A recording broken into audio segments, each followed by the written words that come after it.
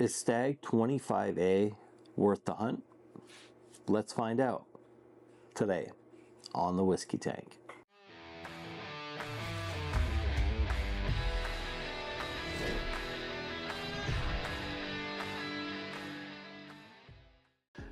Hey everyone, welcome back to the Whiskey Tank. If you can't tell, it's that time of the year. It's actually the day before Thanksgiving, and I am feeling festive. Got the lights on in the Whiskey Tank, got the ugly sweater on. My wife is so fantastic as far as ordering sweaters for us every year. She goes through, picks out a different one, and all I have to do is wear it.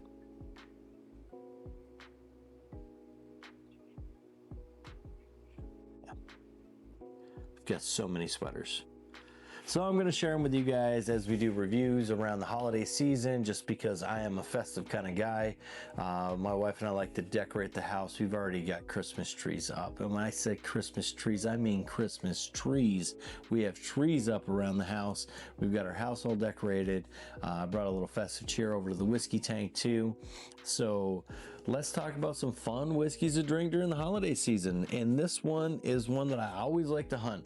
Stagg Jr. You're going to hear me throw out some names, Stagg, Stagg Jr., Junior. They all mean the same thing. It's not GTS, it's not George T. Stagg. That ultra aged BTAC release that Buffalo Trace does as part of their BTAC lineup. I'm talking about Stagg Jr. Now these used to be released twice a year, but now they come out multiple times a year. Last year, in fact, they had 4 come out. This year, they didn't have the first one come out until right now, or right around now anyways, when I was able to get one, and it's November. So I think they released this one in late September, maybe early October. Correct me if you know better, throw it in a comment, that would be awesome. But why don't we talk a little bit about Stagg Jr. Stagg Jr. was introduced in 2013 by Buffalo Trace as a younger, more accessible version of the barrel-proof George T. Stagg bourbon, available in their BTAC lineup. It was officially rebranded as simply Stagg, with the 18th batch in 2022 dropping the Junior from the label. The line's history is rooted in the legacy of bourbon pioneer George T. Stagg, whose name is now associated with both the original and highly aged George T. Stagg in the BTAC lineup and the newer, more frequently released Stagg Jr. So like I said, it was first released in late 2013 as a high-proof, uncut, unfiltered bourbon designed to provide a taste of that powerful Stagg tradition at a younger age and more frequently available in more batches. Originally, it was released in 2 batches, a spring and a fall lineup. Since the rebranding with batch 18, that's also brought changes into the release times, corresponding with seasons rather than specific months. New regional designators of A, B, and C on some batches. Last year, in 2024, they released 4 of these. And they came out kind of like you would think. So you got one in the early part of the year, so I forget when it released, but it seemed like it was springtime. And then you got another one in summer, you got another one in fall, and then quickly thereafter, in fact, they released it in, I want to say, January of 2025. In fact, they released the 25D or 24D. Now, I wasn't all that impressed with the 24D, to be honest with you. That was like the one batch that just didn't really hit for me. Other people said it was the best batch of the year. I happen to like 24A. That batch just, to me, was fantastic. That was the first batch that I was able to get a double of, and I've already went through 1 bottle.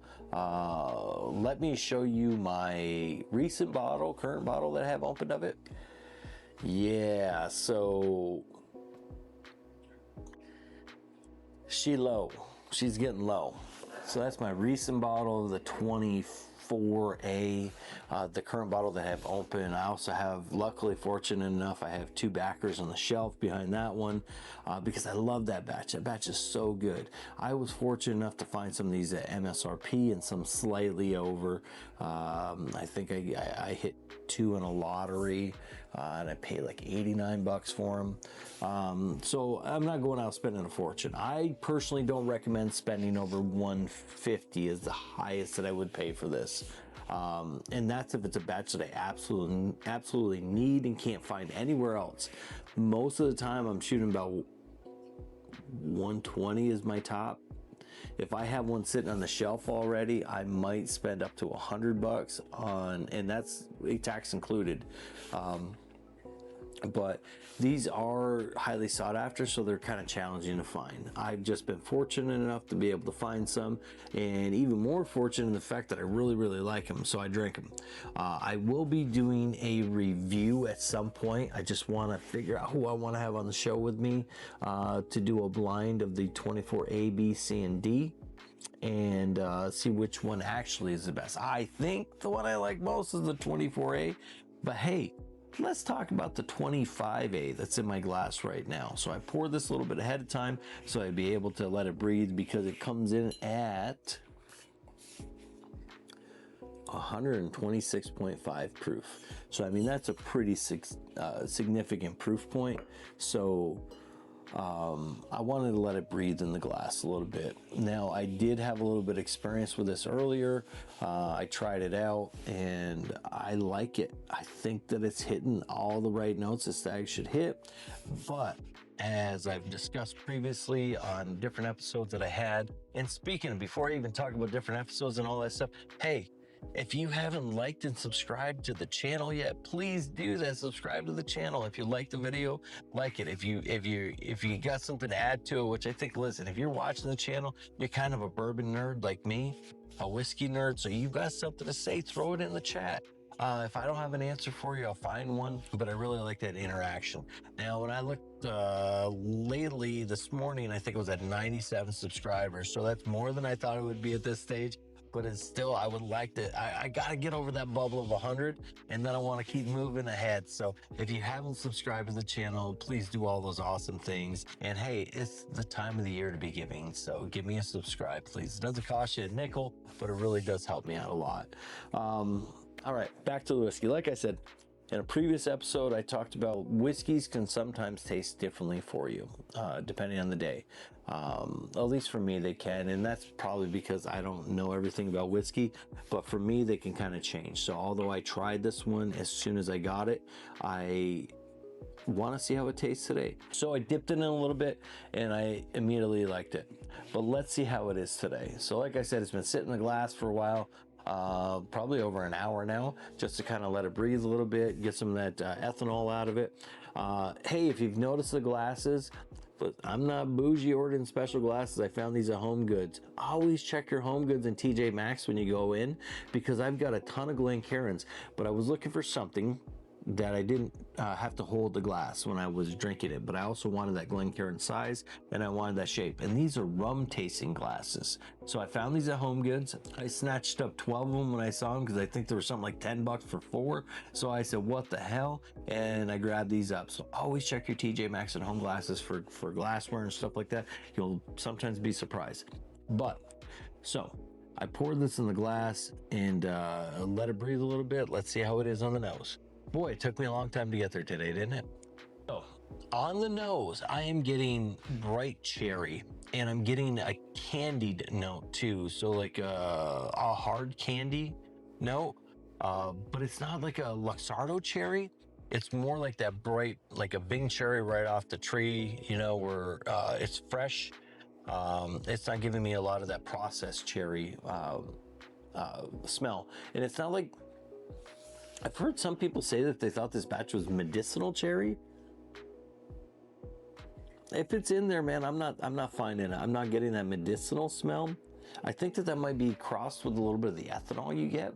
So it does have an ethanol punch. Even after sitting in the glass for a while, I'm still getting some of that punchiness from the ethanol. And so that, I could see how that would transfer to medicinal for some folks, but it's just not going there for me. It's more of that like just a fresh unprocessed cherry. There's a little hint of oak, but not much. I don't think these are very old. I think 6-7 years, maybe something like that. Maybe 6 to 8 years. I don't want to throw in the whole 6-7 thing, but so 6-8.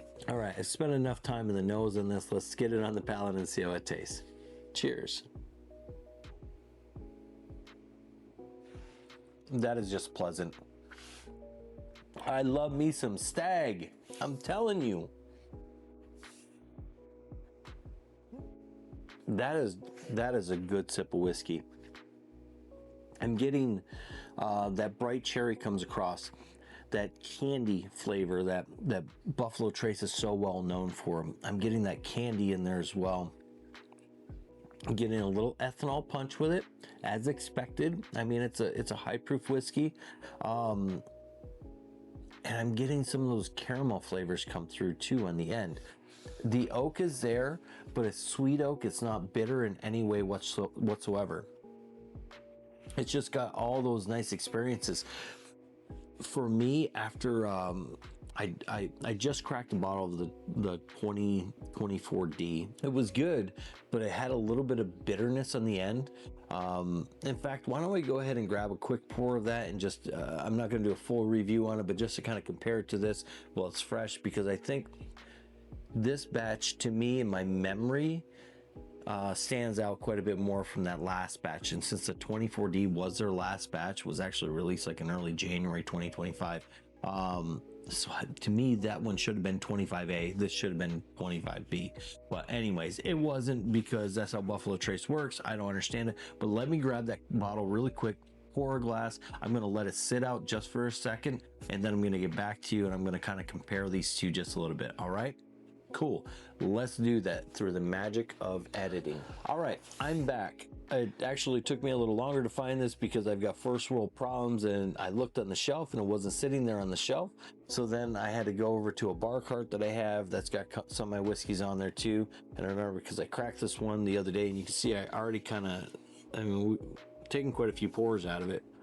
I had some friends over when we cracked this. Bottles are made to be shared, right? So we cracked this, and we've already put a little dent in it. I poured a glass right here, and I've let this sit out now for about 20 minutes to kind of burn off some of the ethanol that's in it.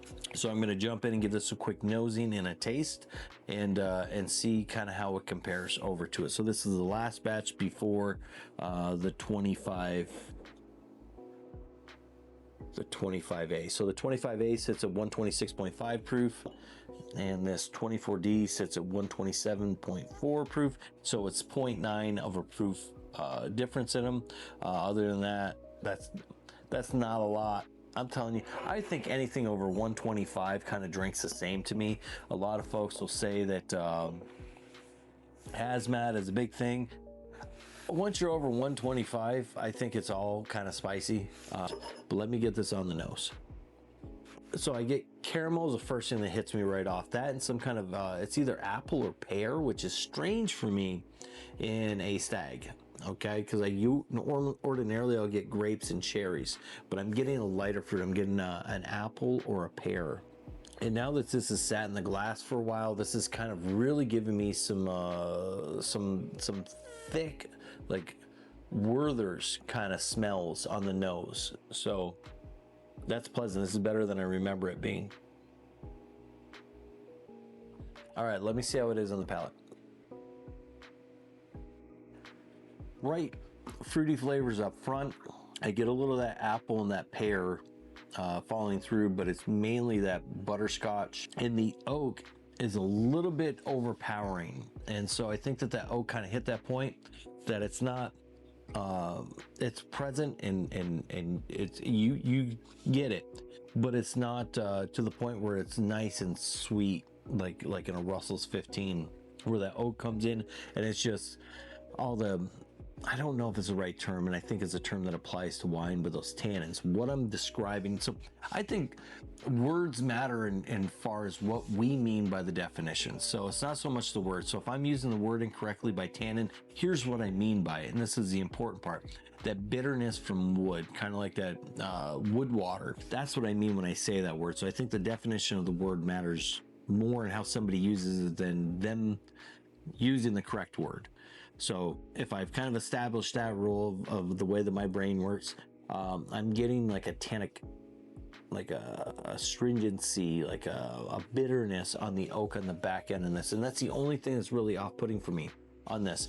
Other than that, the flavor profile being slightly off profile, I'm interested in. I think that's kind of cool. That's where I think this 25A really kind of shines. It's got the right amount of oak in there. It's got that cherry punchiness. It's got a little bit of the ethanol to let you know it's there. It's got the oak, but it's sweet in it. And the finish on both of these are spectacular. They coat the mouth well, so you get that nice long finish where you're getting those flavors for quite a while. They extend. Just to give these scores here, and this one was kind of a cursory review, but I just kind of want to throw it in there anyways. I'll give it you know what, I'm not going to score this one because I'm not going to score the 24D. I will do a full review with the whole 24 series, and I'll give it a score at that point. But as far as this one goes, I'm going to give this an 83. I think you should actively hunt this bottle, my opinion. But I'm also a Stagg fanboy. Stagg 25A is a bottle worth hunting. I think that it's significantly better. It's a jump up from the recent ones that they've had, although I love 24A. This one hits all the notes that I remember in some of the older Staggs I've had. So it's got those that punchy cherry. It's got that nice long finish on it. It's got the good mouth coat with it. It's got a beautiful nose. I really think it does have a wonderful nose. It drinks its proof at 126.4, I believe is what it was, top of my head. But it's not overly powerful. It's not like something that's like gonna kick your butt. I really think that this is one that you want to watch. So 83 is my score on that. That's it. That's final. Until next episode, folks, thanks for joining me. I hope your Thanksgiving is excellent and wonderful, and I wish everything the best for you and your family and the people that you care about. This is the holiday season. Let's bring that cheer, joy, and love. Let's spread positivity. If you have a bottle of whiskey, this is the time of the year to crack it and share it with your friends and family. So from my family to yours, happy Thanksgiving, and enjoy the best of everything there is in this world to enjoy. Cheers from the Whiskey Tank.